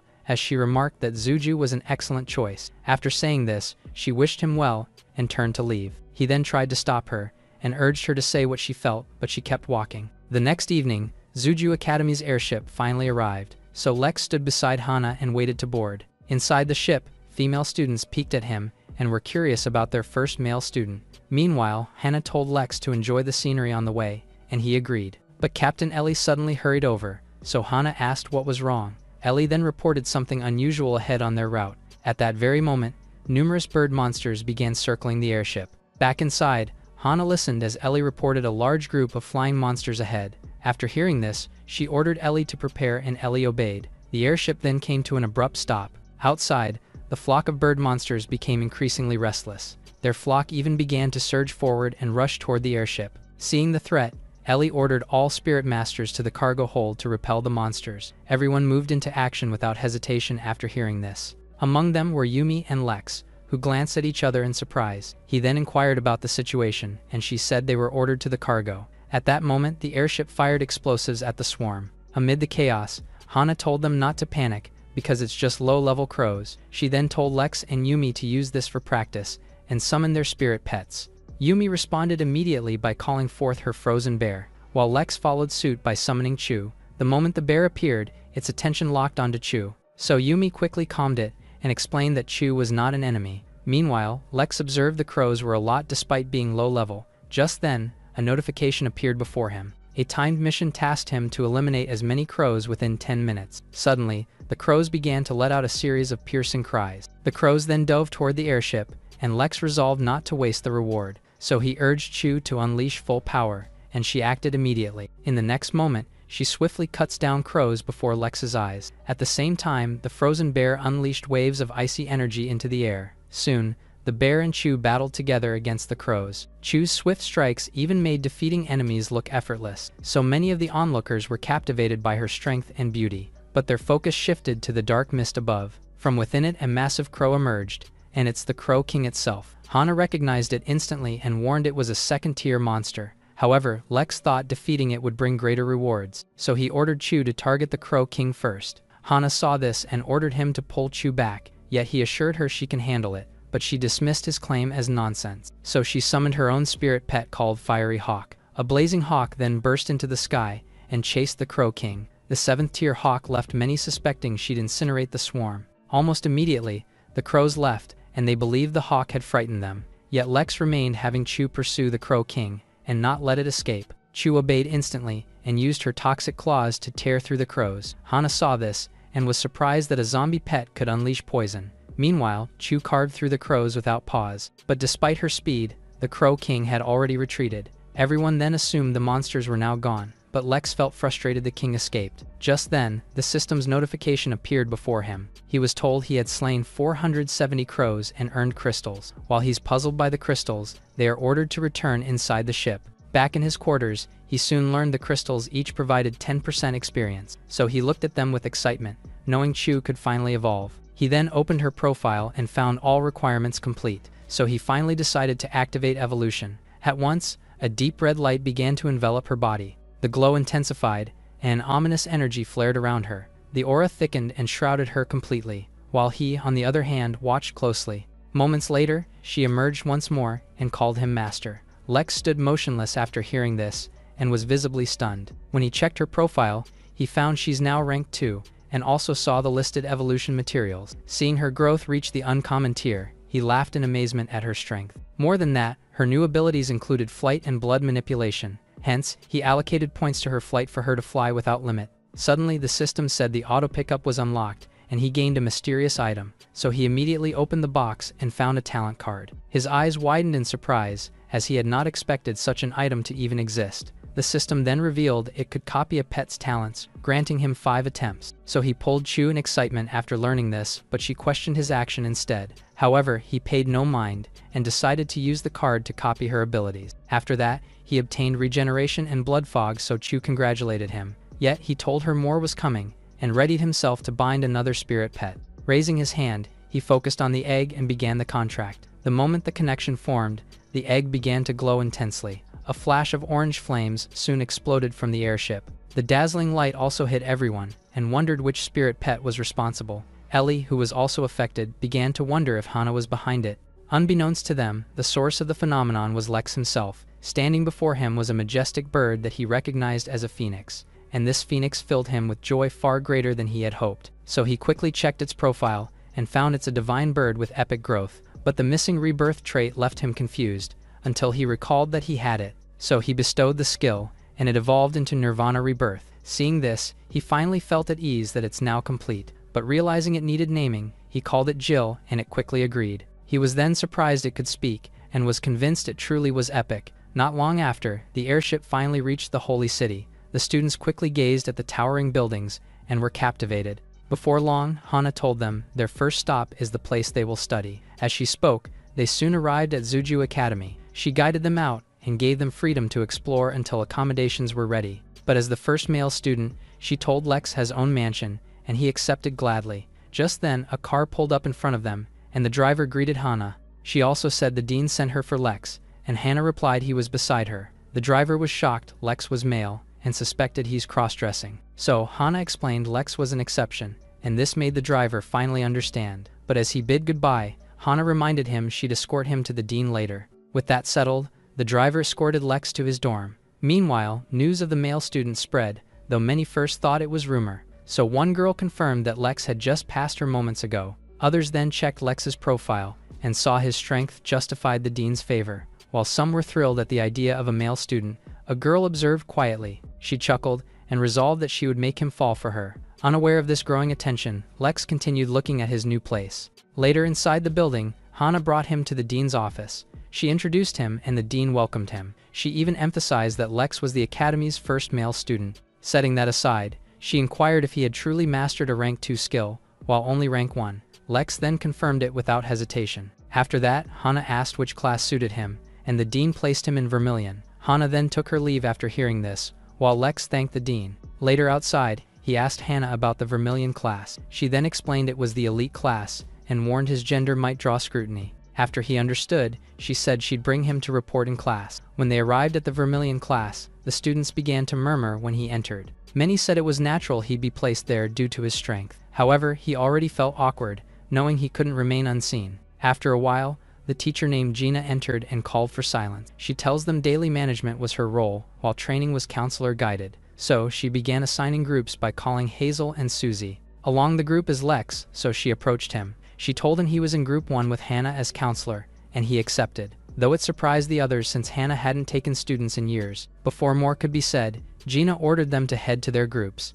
Later, outside, he was soon called over by his groupmates. He met Hazel, a short-haired girl, and Susie, who greeted him warmly. So he returned their greetings. Just then, Hana arrived and noted that everyone was present, but she said introductions weren't needed, and that she'd guide them until graduation. She also reminded them she wouldn't always watch, and they must start training. Late at the field, the sound of their training echoed. Hazel and Susie practiced together, and fully focused on their exercises. Meanwhile, Lex sat on a bench, when Hannah said the academy would now honor its promise. With that, she gave him the secret realm card to use monthly. She went on to also explain that the realm held rare resources for faster growth. So he eagerly accepted the card, and was unable to hide his anticipation. Later at the realm hall, he overheard whispers that every guard was powerful. Some even wished to enter the realms, though it was beyond them. Unlike them, Lex walked in without difficulty. He casually approached a guard about entering, but he was rebuked. He was even asked why a newly enrolled student had come. In response, he presented his card. The guard saw it, and said it was odd for someone so new to enter. Despite her disbelief, she guided him, saying the entrance was at the corridor's end. She also explained each door marked a realm level, and warned him to start low. He acknowledged her advice but continued forward. Seeing him at the second level, she cautioned it was riskier with 3 days inside, and he hesitated. Suddenly, the system tasked him to explore the realm for an unknown reward, so he made his decision and chose the second level. He was reminded again to stay alert, yet his mind was set on Jill's advancement. She then watched him step in, and sighed that students lacked caution. Inside the realm, Lex arrived to find the area teeming with monsters, but he's determined to explore, so he summoned Jill and Chu for this important task. Jill then asked where they were, and he said it was a realm for her advancement, but she lifted her feet when he tried to reach for her. Then she rose into the air, saying leveling up is easy. However, he observed her temper, and thought that Chu was better. Afterward, Jill had already rushed toward the surrounding monsters, where she unleashed her flames towards them. The fire spread rapidly, and consumed everything in its path, yet she did not stop there. Her form began to change, as she transformed into a phoenix. Watching this, Lex remarked the transformation was overly noticeable. He warned her they were in a realm, and such displays would draw monsters. Just as he said this, a second-rank wolf leader appeared behind them, so he quickly began to back away in shock. After all, it was accompanied by a pack of first-rank wasteland wolves. Suddenly, the system assigned Jill to defeat wolves, and he quickly pushed her to act. She then surged forward, insisting he stay out of her way. However, the wolf leader also began to gather fire in its mouth. Then it released a burst of fire toward her. Seeing this, Lex was startled to see a fire attribute wolf leader. A powerful explosion then soon erupted, where Jill was struck. Yet the wolf leader's expression shifted almost immediately. Lex's laughter rang out next, as he declared that Jill has fire immunity. Hence, Wolf's attacks were useless and it's about to lose. Jill thought the same and vowed to burn the wolves to ashes. She unleashed a surge of hellfire toward the wolf leader, and in an instant,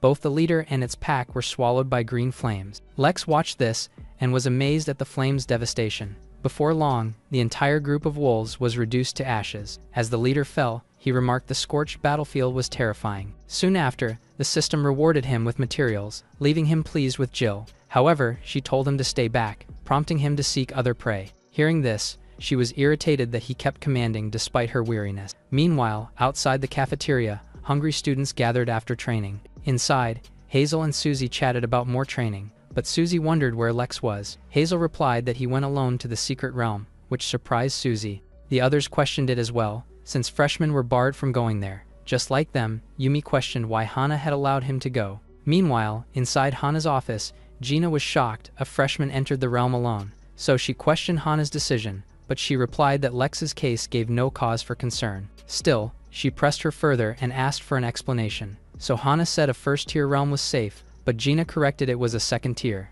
Yet she dismissed concern because Lex was already second tier. Gina then finally refrained from arguing with her, but as she left, she warned the dean would hold her accountable, so Hana hoped Lex wouldn't fail. At that very moment, Lex suddenly sneezed. So he paused and wondered if someone was talking about him, but thoughts were cut off when Chu spotted something ahead. He tried to look into the distance, but they remained unclear. So he asked Jill to carry them into the air to check it. Jill agreed but demanded a tasty meal later, which he accepted. Once they settled, she told them to hold tight as she sped up. As they flew, Lex enjoyed the feeling, unlike always being carried by Chu. Before long, they reach the location of the monsters. They then discover a group of flame lions, and they are engaged in a hunt against an Earthshaker bull. Lex observed the prevalence of second-tier foes, but had no plan to stay idle. Just then, one of the flame lions lunged at a bull. The bull saw this, and quickly raised an earth shield, causing the lion's attack to collide against it instead. Lex saw this chance, and told Chu to act stealthily. He also pressed her to complete the task fast, and she complied, In the next instant, she launched herself toward one of the lions, which triggered a powerful explosion upon impact. Taking advantage of the chaos, Lex ordered Jill to aid Chu in capturing the monsters. At the same time, Chu activated her blood manipulation, which rapidly spread toward both the flame lions and the bull. One of the flame lions detected it and roared at her. It even leapt toward in an attempt to strike her midair, so she responded by cutting it down with a single blow. As Lex watched, he noticed that her arm had been burned. However, he recalled her regenerative ability and saw the wound heal. At the same time, Jill had already drawn the attention of several flame lions. She seized the moment and released a wave of fire. Meanwhile, at Chuan Academy, news of Lex entering the realm had already spread. Many thought he'd struggle in the danger and waited to see. Unbeknown to them, Chu was performing well in battle. She effortlessly forced several lions to the ground, and there was no sign of hesitation in her expression. Lex saw this and told Jill to join in if she wanted to evolve, or Chu would finish alone. Jill flared up at his words and insisted that defeating them was easy. Back at Chuan Academy, Sophia mentioned Lex to Jane, as she thought he lacked restraint. However, Jane felt anxious that Lex's growth had been unusually rapid. Inside the realm while eating, Lex stressed time's value and told Jill to pause briefly, but she argued she was already exhausted, so he let her set the pace. Suddenly, Chu called out to him, so he asked what was wrong. She then gestured ahead and hinted at an odd sight. Later at the said spot, they discovered a dimly shining item. It resembled a fruit, though Lex could not identify it. Just as he was about to approach it, a massive figure appeared behind. Chu reacted instantly and warned him to be careful. Luckily, she pulled him away just in time. When they looked again, a massive two-headed green python appeared. Its enormous body loomed over them as it looked at them as prey. Lex then readied his chain considering if conflict could be spared, but he still moved forward and cast the chain toward the creature. He bounded at first, but soon saw the chains were too weak. The chains began to crack under the pressure, and the python broke free, so he immediately called for Jill. She rushed in at incredible speed. However, she's clearly irritated that her rest had been interrupted, so she released a burst of flames to push the python away from Lex. Then, with a swift motion, she struck the ground with a powerful flame attack. A circle flame soon protected them, and she ignored Lex asking why she did not use it earlier. Instead, she turned her anger on the python, vowing it would pay. She charged forward, cloaked in hellfire. But Lex reminded her not to damage the glowing fruit nearby, so she adjusted her attack and focused solely on the python. Soon the area blazed with green fire and even consumed the trees. The two-headed python also weakened rapidly from the flame, until it finally collapsed before Lex. With the foe down, he praised Jill and noted they'd enjoy snake meat again. After that, he approached the glowing fruit to check its kind. The interface revealed it was the fruit of the dead spirit used to evolve undead pets. Satisfaction quickly surged in him, since this was the material for Chu's evolution, and with fresh enthusiasm, he urged them to hunt more monsters here. During their first day, Chu began encountering more flying-type monsters. On the second day, they faced creatures resembling monkeys with multiple limbs. By the third day, Lex was chased by fire monkeys and called Chu and Jill for help. Following the fights, Chu hit Tier 2 Level 2 and Jill Tier 2 Level 3, which pleased Lex.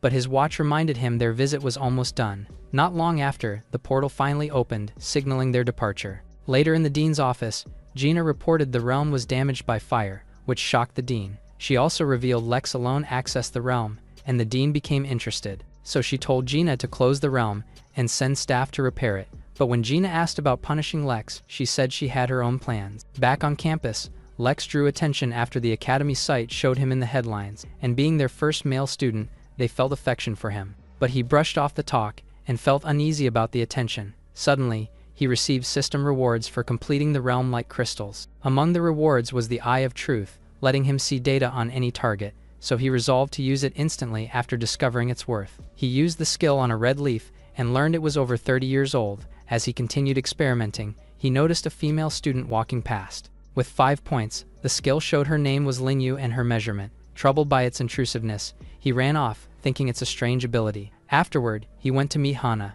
Seeing that he had returned safely, she asked about his experience in the realm. While he replied it was worthwhile, he was suddenly told he'd been placed in 2nd grade. The news left him confused, but she affirmed it by providing a paper for him to get gear for the practical class. He then received a bonus and directions to the top equipment shop called Celestial Pavilion. After saying all this, she sent him off alone, and he complied. Later in the city, he searched for the pavilion. He soon found it and was struck by its grandeur. Upon entering, a staff member asked if he needed assistance. On hearing his intent to sell, she asked if he was from Zuju, and he confirmed. but she insisted the academy accepted only women, so she rejected his request. He then tried to prove he's a student, yet she stayed unconvinced and sent him away. Just as his frustration grew, someone arrived and questioned the situation. The staff quickly turned and respectfully addressed the person as Miss. The person then identified herself as Mary and was studying in Zuju's 3rd grade. Lex quickly greeted her as senior, but she told him to just use her name.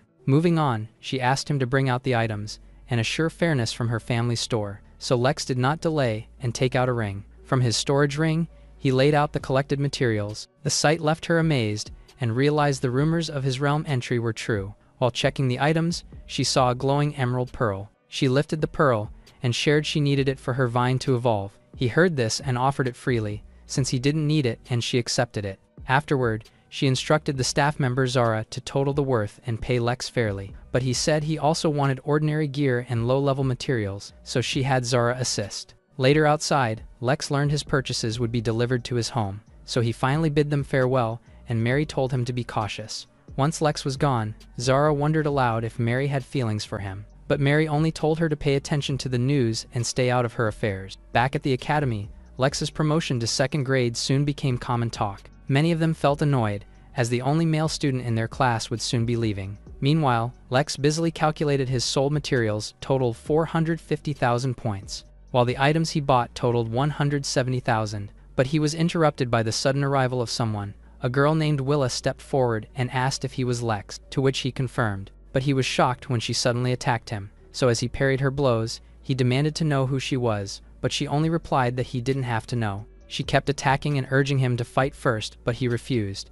Instead, he quickly retreated, calling the fight meaningless. She grew angry at this and warned him not to appear before her again. Later outside the school building, Lex called out to Hana. When she saw him looking exhausted, she asked what had happened. He then excused his lateness and told her he ran into a strange person. After hearing this, she advised him to get used to it and then mentioned his new tutor. Just then, a woman appeared, scolding Hana for ignoring her since she came back. The woman was Sheena, a 7th-tier guardian fresh from a mission. Upon seeing her, Hana told her she'd be Lex's tutor and that he was the only boy enrolled. Lex respectfully greeted her and expressed his hope to learn under her guidance. However, she stepped closer and studied him. She even touched his face and called him handsome, but said his courage was lacking. Before she could tease more, Hana cut in and said she was leaving. After Hana's departure, she led Lex to his classmates that are stronger than her. Outside the 2nd grade area, students were already talking about Lex's arrival, where they found it hard to believe he joined directly given the ranking system.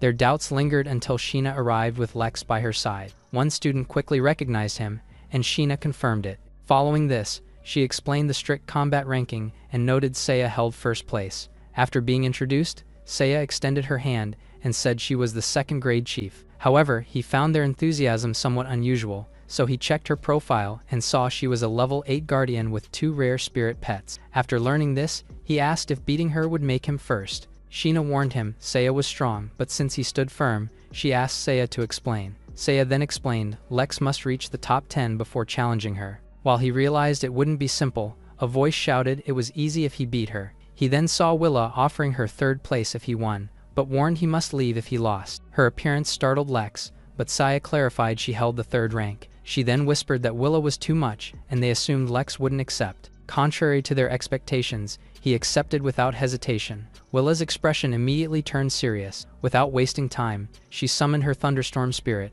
Seiya heard this and figured Willa was really eager. Soon, the lightning before them took a shape. A massive level 7, thunderous bear then emerged behind her. The surrounding students were stunned seeing it and realized its strength. Lex then used his skill and discovered her spirit techniques had reached level 2. He also found the Thunder Fist and Phantom Shadow that are difficult to deal with. Even so, he calmly summoned Chu to his side. The moment she appeared, the nearby girls could not hide their envy at her striking beauty. On the other hand, Willa questioned why he did not summon a 2nd pet, but he simply replied that one was enough and told her to proceed. At her command, the thunderous bear charged forward to tear Chu apart. Lex responded immediately by ordering Chu to meet it head-on. The two forces collided, sending up a cloud of smoke that filled the battlefield. When the dust finally settled, it became clear that the bear had not suffered a single scratch. Lex then saw its body was shielded by tough skin and dense flesh. As the battle continued, Willa declared that the real fight had only just begun. She then commanded her bear to activate Thunderbolt armor, and her bear quickly slammed its fist into the ground. In an instant, surging energy poured into its body. The sheer intensity of the electricity even forced Chu to pause her advance. Soon, the bear stood fully covered in a layer of armor. Lex felt concerned as Saya noted the armor both protected and damaged on contact. The watching students were also amazed and alarmed by the bear's destructive strength. So as the two clashed again, they wonder if Chu can handle it. Just then, she caught the bear off guard. She slammed it into the ground with a powerful strike. However, the lightning armor responded by shocking her arm. Saya saw this and thought the backlash would render her hands useless. Yet Chu's arm healed at once, and Willa's face shifted as she saw it. Lex then explained with a laugh that Chu had rapid regeneration. Willa realized she had underestimated him and grew serious. Without pause, she summoned a phantom lizard. The creature moved swiftly onto the battlefield without anyone noticing. Since they are all focused on Chu pinning down the bear, the students nearby are now convinced Willa would lose, with Lex's spirit like a machine. However, Mary noticed something unusual. She detected the phantom lizard and felt Willa pushed too far. As it moved closer, she thought the battle was unjust. At that moment, Willa grew excited and issued her command. The phantom lizard lunged at Lex, aiming to strike him down, but he suddenly sidestepped and evaded the blow he expected. Willa watched this in disbelief, not knowing how he sensed it. He then simply said he had kept his eye of truth active. Without delay, he summoned Jill and told her it was time to end the battle. Jill reacted immediately by hurling a blazing wave at the lizard. Willa saw this and ordered her spirit to retreat, but the explosion that followed cut off any chance of escape. The blast flared before the lizard, and Jill's hellfire engulfed it. Saya, watching from nearby, was visibly shaken by her overwhelming display. Before she could think, Jill kept hurling wave after wave of hellfire. She quickly realized it was dangerous and ordered everyone to disperse. The battlefield was soon filled with violent bursts of green flames, where both the thunderous bear and the phantom lizard were caught. Their bodies collapsed behind Willa as she herself fell to her knees. She looked at Jill's flames and admitted the power was frightening. As the students scattered, Hana arrived. Gina, who also saw this, asked if she had seen this phoenix, but she said no. Meanwhile, Lex urged Jill to withdraw since he hadn't meant for her to go all out. Jill then retorted with annoyance that he should have warned her before. After she calmed down, Willa finally conceded. She accepted defeat, while yielding her rank and its resources to him later. Soon, the students nearby admired him even more, but the system suddenly notified him of a mysterious reward for obtaining 3rd rank. Before he could fully examine it, the girls around him rushed forward. One of them asked how he had become so strong, while many encircled him eagerly asking for his guidance and contact information. Before things escalated, Hana called out to him. She waved at him and asked him to come to her. When he rushed forward, he was asked about the phoenix, so he explained it was new. She then moved on by telling him he must join Sheena's new mission, and he agreed. Later, inside his dormitory, he obtained Phoenix Blood, which allows 3 summons of a level 9 Divine Phoenix. Though he valued it greatly, he felt its limited use was a drawback. Suddenly, he received coins from Willa, so he plans to reconcile with her after his mission. Later outside, he acknowledged Saya and the others with a greeting. So Saya cheerfully noted it was surprising to meet again so soon. However, he went straight to challenge her position, which made her hesitant. Before they could decide, someone came asking if all had gathered. They saw it was Sheena in uniform, who at once mentioned Lex's new rank. When he modestly called it luck, she teased him for downplaying his strength. Setting that aside, she explained that they had an urgent mission to carry out. She informed them there's a low-level demon outbreak near Heian City. After explaining the situation, she asked if anyone had questions, but seeing that no one objected, she led them out without delay. Later, as they rode in the vehicle, she said they'd soon reach Heian City. She also handed them the mission details and told them to study the targets. As they reviewed the targets list, Lex observed the demons were of the undead type. Meanwhile, outside Heian, a horde of monsters had already gathered. Their vehicle approached, only to find large creatures blocking the way. Saya then realized the enemies were high level, and Sheena wondered if the report was wrong. Regardless, she resolved to enter the city ahead and told everyone to hold tightly. After that, she hit the gas to speed up. The vehicle sped ahead, smashing through monsters. As they advanced, a massive sword-wielding creature appeared. It leapt from above, so Sheena warned them to be careful. Lex instantly stood and raised his shield to block the sword. While he held the creature, Sheena urged them to stay steady. She then activated an energy boost, and the vehicle shot forward. With one last push, they broke through and entered the city barrier. Meanwhile, outside the walls, a Death Knight rode across the place. His eyes locked on the city as he vowed to sacrifice all within. He then lifted his sword and declared the city's people would be sacrificed under the red moon. Inside the city's castle, a man named Luther was being questioned about the situation. so he said the situation was dire, with demons rapidly increasing. Worse still, he revealed the presence of a death knight among them. The report left the room tense with little hope in sight, but Sheena entered, saying waiting would mean downfall, and insisted it was better to act. While Luther was relieved to see her arrival, she tells him defense alone would worsen losses as monsters spread, so he figured that they would have to deploy heavy weapons. Meanwhile, outside, Lex's group saw the city looked far from prosperous. Saya, on the other hand, grew worried about Sheena's long absence after meeting the city lord. Not long after, they noticed law enforcers nearby urging people to move. They then saw that a spirit cannon was being transported. Saya knew this weapon was powerful,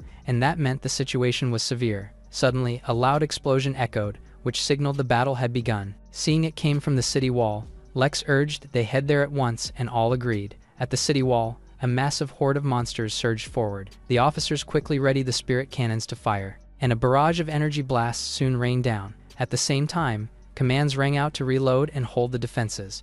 Meanwhile, Lex's group met Sheena, who told them to prepare to hunt once the gates opened. She also urged caution with the Death Knight, which left Saya alarmed at its 6th-tier title. After warning them, Sheena said she had other duties, and they must rely on themselves. Later on their way, Saya told Lex he was unlucky to face such monsters on his first mission. However, he was more absorbed in the system's task of killing monsters. Later, they reached the wall where he immediately caught the other students' attention. Saya then asked if he heard her warning, but he told her to repeat it, so she told him again not to die, or she would be left to collect his corpse.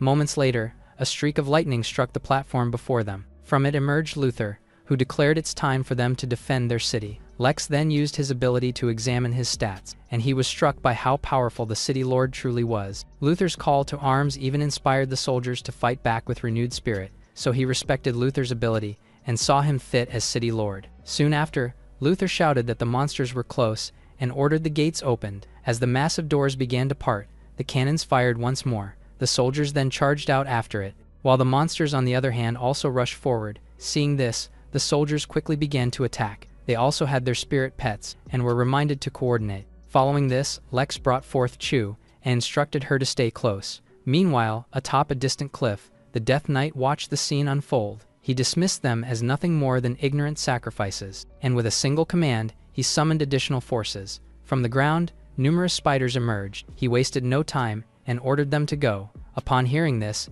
they rushed toward the battlefield. Back on the front lines, Saya advanced while directing her spirit pet. Suddenly, a massive monster appeared in their path, and it lunged straight at her, so Lex called for Chu. She moved at once and struck the creature. As the monster fell, Saya expressed her thanks. However, Lex redirected them forward and asked what's approaching. Saya then looked ahead and quickly identified them as cave spiders. Their large numbers soon rapidly closed in. Some soldiers were overwhelmed and began to falter. One of the spiders then locked onto 2 nearby individuals. Then it lashed out with its sharp limbs. Saya saw this and shouted at them to watch out. Just then, a burst of fire struck the spider. Lex's group then spotted Sheena behind carrying a smaller cannon. She even told them to stay wary, for the spider's attacks had a corrosive effect. However, Saya announced additional spiders were closing in. Because of this, their forces were pushed back, yet the monsters continued to pursue them. At that critical moment, a massive lion appeared. It growled once and released force that flung the spiders back. Lex saw this and could not help but recognize its strength. Meanwhile, Luther rode atop the lion as he charged straight toward the swarm. After breaking through their formation, he raised his sword and signaled the counterattack. The soldiers surged forward in response. They fired their weapons in unison and struck down the monsters ahead of them. Despite this momentum, Sheena noticed that the waves of enemies were not diminishing. Lex heard this and felt it was time for Jill to act, so he summoned Jill and called her into battle. Her fiery wings spread wide, which drew every gaze below. Her form even grew larger as she revealed her phoenix form. The crowd was then left in awe to realize she's a divine phoenix. Even Luther and his lion were astonished that anyone could form a contract with her. Back on Lex's side, he urged Jill to demonstrate her power. She responded confidently, and immediately set the monsters below ablaze. Waves of fire fell, followed by blasts that shook the ground. The Death Knight watched this, and was surprised these humans kept resisting, so he finally decided to intervene and unleash the undead frenzy. The energy quickly spread through the monsters, driving them into a frenzied state. One of these empowered monsters rushed at a soldier. With a single touch, it drained his life. He was then left helpless as his soul was torn away. Sheena saw this and noticed the frenzy overtaking the monsters since their attacks increased. Meanwhile, Luther drove his blade into the earth and brought out his ice crystal turtle. a massive figure emerged quickly beneath him. The turtle advanced forward and positioned itself above. It opened its mouth next and gathered immense frost energy. Moments later, it released a powerful wave of ice toward the monsters. The attack freezes several enemies while slowing the others. Lex watched in amazement and found the effectiveness of the slowing effect. Seizing the opportunity, the soldiers regrouped to counterattack, where they fire relentlessly at the weakened monsters. At the same time, Lex rode behind Jill, observing the battle from above. He also began to encourage her to show her power, and she agreed. She moved swiftly through the sky, hurling smaller phoenix flames ahead. Following this, she unleashed hellfire upon the enemies below. But Lex urged restraint toward allies, and she replied she had it handled. Soon, green flames engulfed the battlefield, so the people watching this were left awestruck of her power. Luther watched in disbelief as the divine phoenix really existed. Its flames were even so intense that it quickly burnt the monster. Nearby, the Death Knight looked up at Jill in shock. After all, he could not accept that a human had bonded with such a being. Refusing to believe it, he dismounted and rushed forward. He then kneels at the center, as he pleads for power from his master. As he vowed sacrifice, the sky darkened and black mist veiled his sword. Following this, his left eye burned fiercely with anticipation. The onlookers grew uneasy and were unsure of what he was summoning. However, Luther began to suspect that a mastermind was behind it. Just as he said this, a massive creature descended. Sheena looked up and concluded that it was the Lich King. As it moved, it immediately struck one of the people nearby. The sight filled the others with dread and wondered if they would survive. However, they were reminded that Luther and the spirit guardians are still there. Meanwhile, Luther joined Sheena and pressed to deal with the mastermind quickly. So he declared he will handle the knight while she protects the students. Upon seeing him charge forward with his lion, she decided to assist. Thus, she summoned her blazing bird. She then mounted it and informed Lex she would aid Luther, to which he agreed. So she and Luther quickly rushed past the Lich King. After a while, they finally reached the Death Knight. Luther attacked at once, intending to send it back to hell, but the knight deflected the strike and mocked his confidence. As he declared they can't defeat him, a monster emerged behind Luther. Sheena reacted instantly and commanded her bird to attack. With that, the bird sent waves of flames forward. Yet the Death Knight only laughed at their efforts. Just then, a massive claw descended toward Lex. Upon seeing this, he was left questioning what it was, but he was soon seized by the hand. Luther turned at his cry, and Sheena quickly realized that Lex was the true target. While others questioned why a second-tier student was being taken, Chu charged forward. She ignored the people's words, and she leaped into the air. Alongside her was Jill, who commanded the claw to release Lex. Lex saw them and ordered them to return to the spirit pet imprint. As they were drawn back, the crowd watched him vanish into a dark void. Luther then shouted in frustration that it was already too late. Sheena also could only watch as the claw vanished into the black hole. However, the knight began to laugh and mocked them as worthless. So she turned to him and angrily blamed him for taking her student.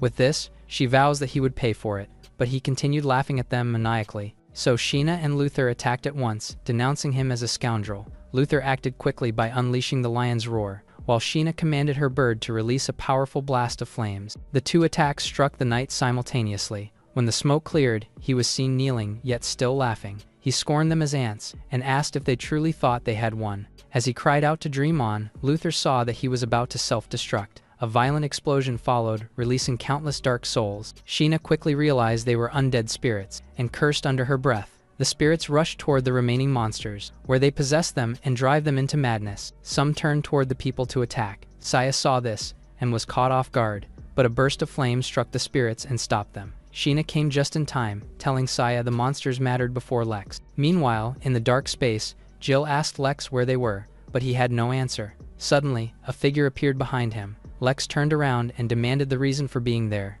but the figure only laughed. The undead Lick called Wayne then said, Lex's courage made the Phoenix bond natural. However, Lex was speechless upon seeing he was an 8th tier. While he remembers Sheena and Luther's lower rank, Wayne asks him how he bond with Jill. In response, he said that he was only a 2nd-tier spirit guardian. Wayne acknowledged this and began taking off his hood. He revealed his face and stressed that wielding a divine phoenix was extraordinary. As he conjured a crystal ball, Lex asked his intent, but he only told him to watch. The ground beneath them turned transparent and revealed a ruined city. Wayne explained that it belonged to the Scourge organization. He urged Lex to join, to shatter the Federation's lies, and empower him further. But he rejected the offer as baseless and planned to leave immediately. Wayne was enraged by this, and began to attack with undead corruption. He even attempted to force him to submit, but Lex reached for the Phoenix blood. He held it tight, and realized he also needed his final move. Wayne, on the other hand, conjured a black cocoon to eliminate him. Back on the battlefield, the monsters continued their rampage. Seeing the chaos, Sheena ordered all spirit pets to regroup and form a defensive barrier.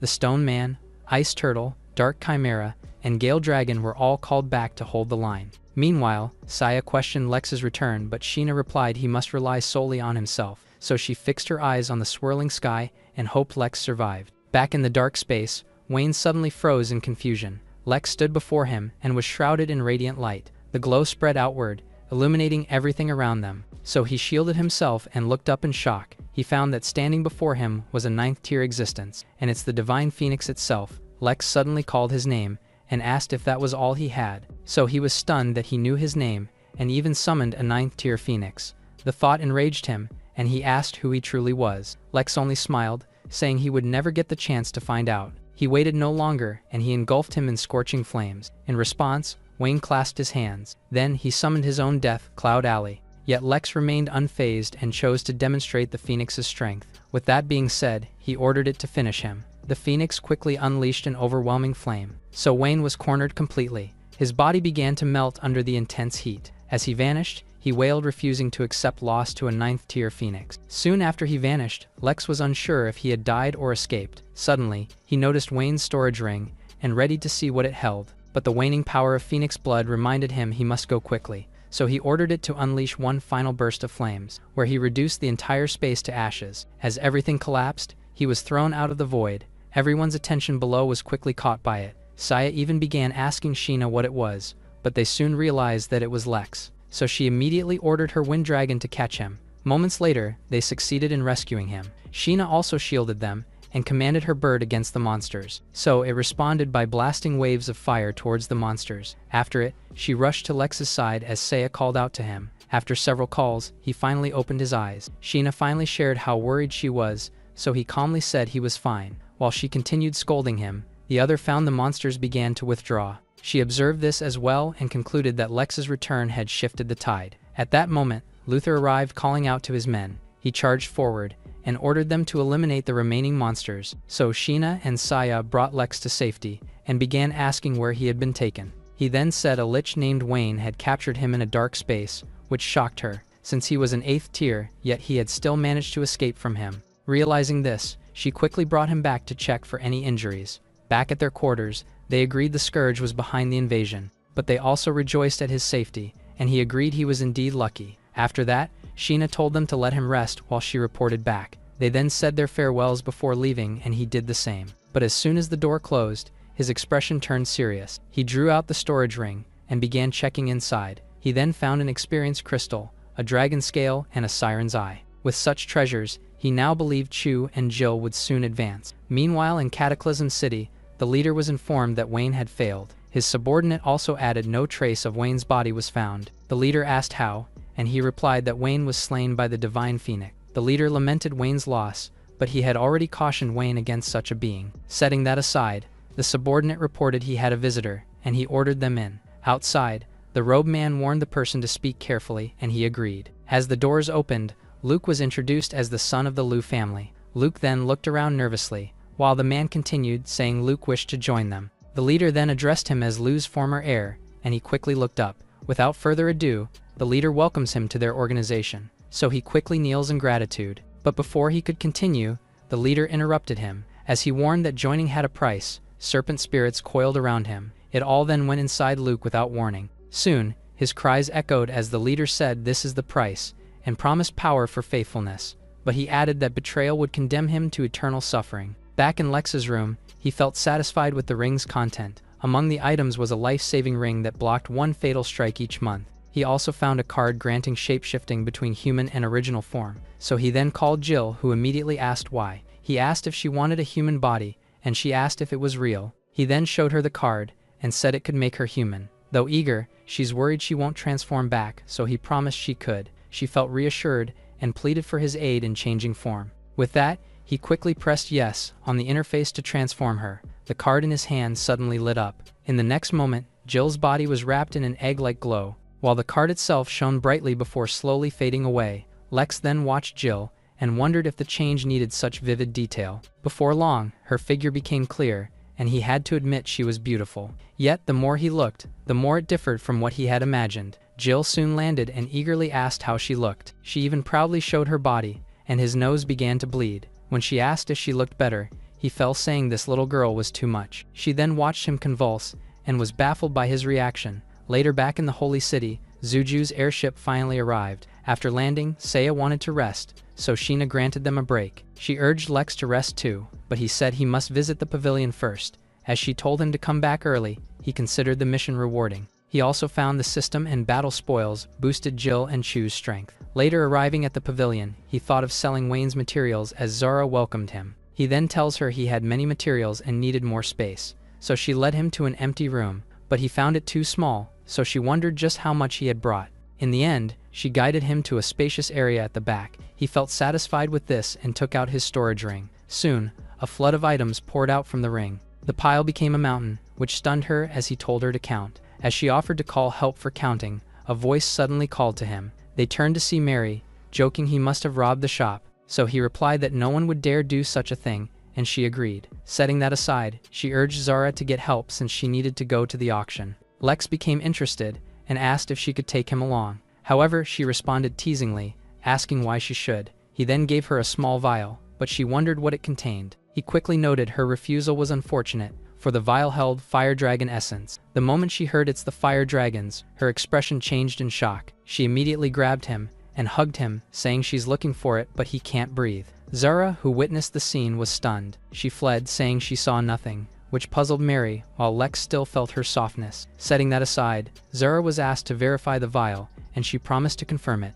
Mary then turned back to Lex, who finally recovered. She told him she'd owe him much if it proved to be fire dragon blood. Hearing this, he told her he wished to see and buy a spirit pet egg. She quickly led him to the section where spirit pet eggs were sold. There, she said each egg had info, and she offered 40% off, to which he agreed. As he strolled through the selection, he noticed many rare eggs, yet none of them felt right. Just then, Zara arrived, confirming the bottle has fire dragon essence. Mary then exclaimed with joy that her fire dragon could at last evolve. Overcome with excitement, she grabbed Lex as he checked the eggs. She hugged him tight, thanking him, so he reminded her not to overdo it, but his nose began bleeding, and she was forced to finally let go. After calming down, she asked if he picked an egg, but he said none matched him, so she suggested they go to the auction house for rarer eggs, and he agreed. Later at the auction house, she said valuable items were common here, but she also emphasized that they were usually expensive, so he said he was there to try his luck, and she finally led him to her private room.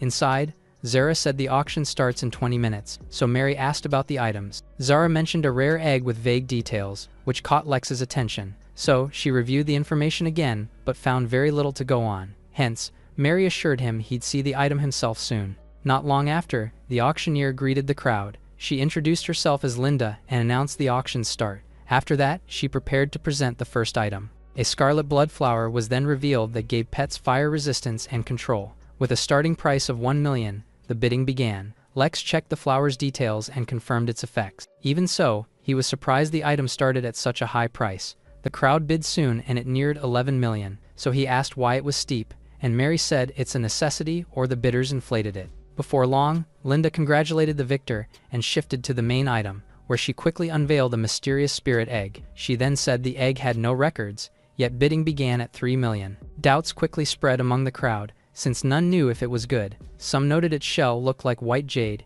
yet still hesitated at the price. At that moment, Lex lifted his hand, shouting 3 million. He even made clear he was bidding the egg's starting price. The crowd thought he's reckless, yet Linda continued announcing the bid from VIP Box 1. Whispers then spread that the Celestial Pavilion might lose face if the item went unsold. Meanwhile, Linda waited briefly, then awarded the egg to Lex. Mary then asked why he bid for a low-value egg, and he thought she was concerned. But she quickly denied it, so he simply replied that he liked the feeling of the unknown. Yet, as he looked at the egg, he smiled faintly after appraising it with the eye of truth. Afterward, Linda introduced the next item called Ice Sea Pearl. She revealed it held power to summon the Ice Beast, so the starting price was set at 20 million, making the crowd hesitate. Lex checked its information, and saw it also offered mental resistance. Suddenly, Mary asked his view, and he said it was impressive but impractical. Despite this, the bidding quickly escalated to nearly 30 million, but a voice suddenly raised the bid to 70 million, which shocked everyone. The crowd turned in disbelief at the extravagant bid,